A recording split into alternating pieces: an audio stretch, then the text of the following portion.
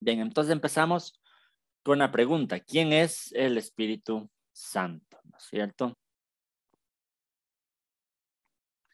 Ya, en nuestra cultura, aquí en Occidente, para conocer a una persona, a veces los nombres no nos dicen mucho, ¿no?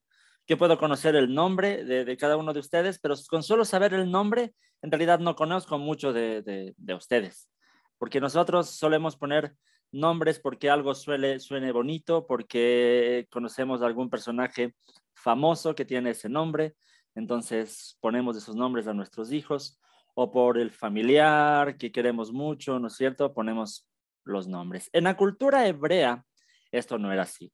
Nosotros sabemos que para el pueblo judío, poner un nombre a alguien buscaba que ese nombre represente las características que se quiera tener de una persona, ¿no? Incluso por eso podemos ver en la Biblia que muchas veces Dios cambia el nombre a ciertas personas, porque el nombre representaba eso, las características de una persona. Entonces, si queremos conocer al Espíritu Santo, es una buena estrategia empezar analizando los nombres que la Biblia le da al Espíritu Santo. Y según eso, también poder ver algunas áreas del ser de la persona del Espíritu Santo. Entonces, primero empecemos hablando acerca de los nombres del Espíritu Santo. En el Antiguo Testamento, el nombre más común con que se le da al Espíritu Santo es el Espíritu de Yahvé o Yahweh, o en la traducción Reina Valera, el Espíritu de Jehová, ¿sí? Ese es el nombre que más se le da. En algunas traducciones, como la NBI, se habla del Espíritu del Señor, porque la NBI, por ejemplo, donde está el nombre de Dios en hebreo, traduce Señor, ¿no? Por no usar el nombre Jehová o Yahvé que se da en otras traducciones. Pero este nombre es el que más se le da, el Espíritu del Señor. En Isaías 61:1, por ejemplo, dice: el Espíritu del Señor omnipotente está sobre mí, por cuanto me ha ungido para anunciar buenas nuevas a los pobres, me ha enviado a sanar a los corazones heridos, a proclamar la liberación a los cautivos y libertad a los prisioneros. Entonces, ese es el primer nombre. Otro nombre que se da también en el Antiguo Testamento es del Espíritu de Dios. En el hebreo es el Espíritu de Elohim, es otra palabra que se usa para Dios. Ruach Elohim es la expresión en hebreo para referirse al Espíritu de Dios. Y esta palabra es la primera que se usa en la Biblia para referirse al Espíritu Santo, desde Génesis 1 en el versículo 2. Ustedes conocen esto, ¿no? Que se dice: el Espíritu de Dios se movía por la superficie de las aguas en el momento de la creación, ¿no? Eso en el Antiguo Testamento. En el Antiguo Testamento no se usa mucho esta expresión Espíritu Santo, que es una expresión que viene más del Nuevo Testamento. En el Nuevo Testamento sí hay gran variedad de nombres que se da al Espíritu Santo. En el Nuevo Testamento se habla del Espíritu, en 1 Corintios 2:10, el Espíritu Santo, Lucas 11:13, el Espíritu Eterno, Hebreos 9:14, el Espíritu de Dios, 1 Corintios 3:16, Espíritu de Cristo, Romanos 8:9. Esto es interesante porque se usa la expresión el Espíritu de Dios, pero se usa también la expresión el Espíritu de Cristo y se usa también la expresión el Espíritu de su Hijo. De alguna forma es como mostrar la Trinidad, ¿no? Porque el mismo Espíritu de Dios es el mismo Espíritu de Cristo, del Hijo, ¿no? El Espíritu de su Hijo. Se usa estas expresiones para referirse al Espíritu Santo. El Espíritu de verdad, el Espíritu de vida, ¿no es cierto? O el Espíritu de gracia, incluso en Hebreos 10:9. Todos estos textos ustedes tienen ahí en el material, por si quieren algún dato consultar. Y con base en estos nombres, nosotros ya podemos ir viendo algunas características del Espíritu Santo. Es santo, obviamente, la santidad. Es eterno, ¿no? Recordemos que la eternidad es algo que le pertenece solamente a Dios, ¿no? El Espíritu de Dios, es decir, está relacionado estrechamente con Dios, como hemos dicho, con Cristo, con el Hijo. El Espíritu de la verdad, hay otra característica: verdad, la vida o la gracia. Todo eso se relaciona a los nombres que da la Biblia en el Nuevo Testamento al Espíritu Santo. Pero no solamente por los nombres que es que podemos conocer al Espíritu Santo, sino que la Biblia también muchas veces utiliza símbolos, imágenes simbólicas para también referirse a quién es el Espíritu Santo. Y entre esos símbolos podemos ver algunos. Por ejemplo, la idea de viento, ¿sí? Tengo ahí un texto. Vamos a ver si podemos participar. No sé si alguien quiere ayudarnos con la lectura de este texto que está en Ezequiel 37, desde el 1 hasta el 5, por favor. Viento, Ezequiel 37:1. La mano del Señor vino sobre mí y su espíritu me llevó y me colocó en medio de un valle que estaba lleno de huesos. 37:2. Me hizo pasearme entre ellos y pude observar que había muchísimos huesos en el valle, huesos que estaban completamente secos. 37:3. Y me dijo, Hijo de hombre, ¿podrán revivir estos huesos? Y yo le contesté, Señor omnipotente, tú lo sabes.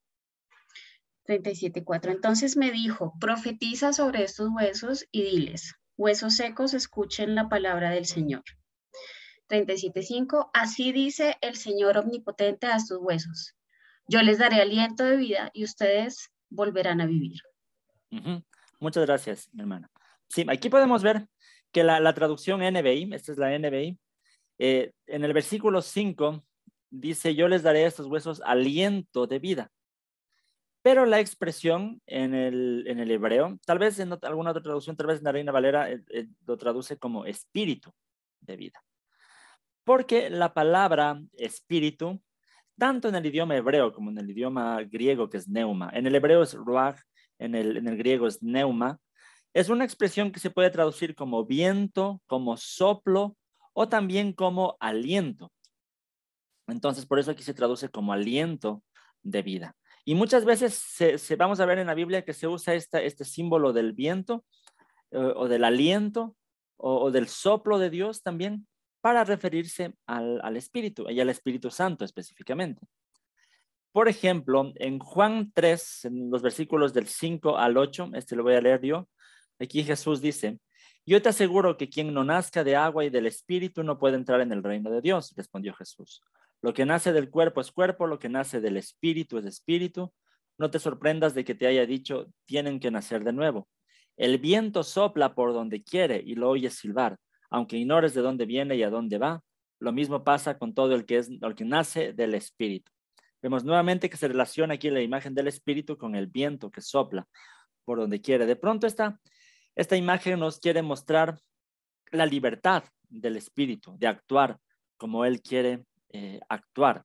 Es interesante también que en el libro de los Hechos, en el capítulo, no lo tengo este versículo, pero en Hechos 2, en el versículo 2, en el relato de Pentecostés, vemos ahí que en el versículo 2 dice, de repente vino del cielo un ruido como de una violenta ráfaga de viento y llenó toda la casa donde estaban reunidos. Y ahí se dio en Hechos 2 el tema de la llenura del Espíritu Santo. Pero lo primero que dice es que entró una violenta ráfaga como de viento. ¿Sí? Entonces se relaciona mucho en la escritura el viento como un símbolo del Espíritu Santo. Ese es un símbolo. Otro símbolo que se da es el del agua, ¿no? Aquí dice en Juan 7, del 37 al 39, dice, en el último día, el más solemne de la fiesta, Jesús se puso de pie y exclamó, si alguno tiene sed, que venga a mí y beba. De aquel que cree en mí, como dice la Escritura, brotarán ríos de agua viva. Con esto se refería al Espíritu que habían de recibir más tarde los que creyeran en él. Hasta ese momento el Espíritu no había sido dado porque Jesús no había sido glorificado todavía. Entonces ahí Jesús está relacionando el agua viva, los ríos de agua viva, con también el Espíritu que habrían de recibir, dice los que le seguían. Entonces también el agua es un símbolo del Espíritu. Podemos, no sé, pensar en el agua como algo vital, no una necesidad vital para nosotros, para la vida física.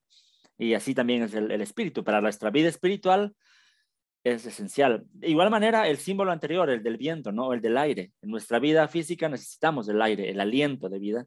En nuestra vida espiritual necesitamos el aliento de Dios, que es el Espíritu Santo. Entonces, el Espíritu Santo también es el viento, el agua, son símbolos de lo que es el Espíritu Santo. Hay otro símbolo que se usa mucho en la Biblia también, es el de fuego. El de fuego. El fuego, ¿qué podemos pensar con el fuego? Su aspecto purificador.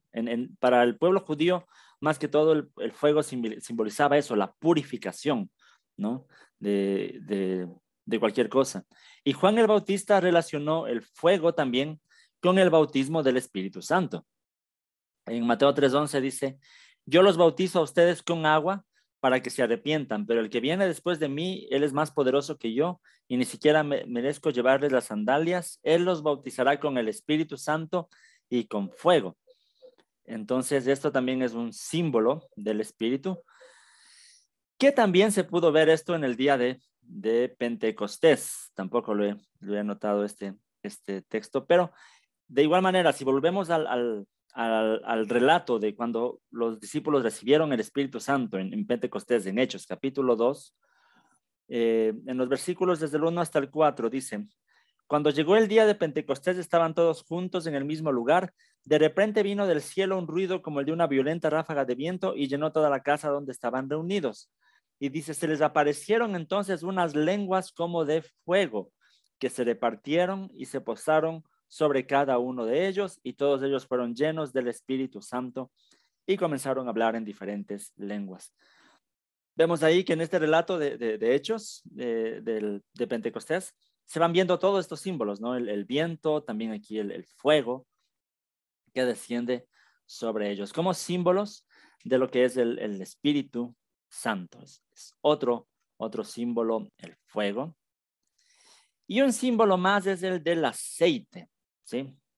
Ya leímos este texto en Isaías 61:1, dice, el Espíritu del Señor Omnipotente está sobre mí por cuanto me ha ungido para anunciar buenas nuevas a los pobres, me ha enviado a sanar a los corazones heridos, a proclamar liberación a los cautivos y libertad a los prisioneros. Este término, mejor dicho, me ha ungido, se refería a la ceremonia de ungir con aceite a alguien. Y en el Antiguo Testamento, los que eran ungidos con aceite eran los sacerdotes, los reyes y también los profetas.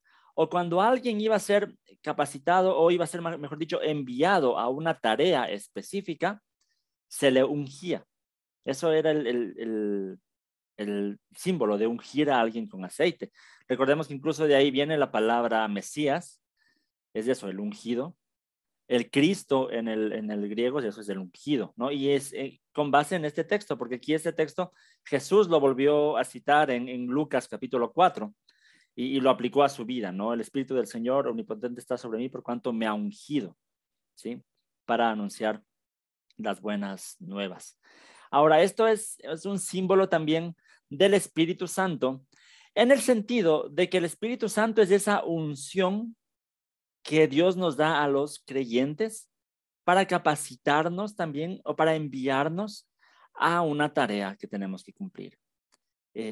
Para hacernos también sacerdotes. Recordemos la doctrina del sacerdocio universal, que es clave en la teología protestante, ¿no? Todos somos sacerdotes porque todos hemos sido ungidos con el Espíritu de Dios. Entonces, esa unción de aceite del Antiguo Testamento tiene una simbología de la unción con el Espíritu en el Nuevo Testamento.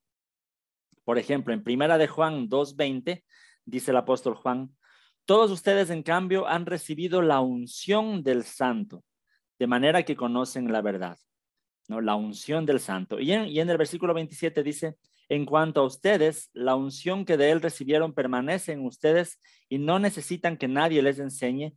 Esta unción es auténtica, no es falsa, y les enseña todas las cosas. Permanezcan en él tal como él los enseñó. La unción que los creyentes recibimos es el Espíritu Santo, ¿no? Con eso Dios nos sella, nos capacita para la obra de Dios. Bien, un símbolo más que de pronto no lo anoté aquí en la diapositiva, está en su material, es el símbolo de la paloma, ¿no? Pero aparece una sola vez en el bautismo de Jesús, el Espíritu Santo como una paloma, de pronto representando lo que es la paz, la sencillez, cosas que eso representaba una paloma para el pueblo judío en el Antiguo Testamento, ¿no? Entonces, y de ahí ha quedado incluso la imagen de la paloma como un símbolo para nosotros del Espíritu Santo, ¿no? Bien. Ahora, al ver el significado de los nombres y de los símbolos del Espíritu Santo, ya podemos ir adelantando muchas cosas de cuál es la obra del Espíritu Santo, pero como dije, eso lo vamos a dejar para la segunda parte del taller. Hoy estamos hablando solo del ser, de la naturaleza, de quién es el Espíritu Santo. Pero como digo, con los símbolos, con los nombres, ya adelantamos cosas de lo que hace el Espíritu Santo, ¿no?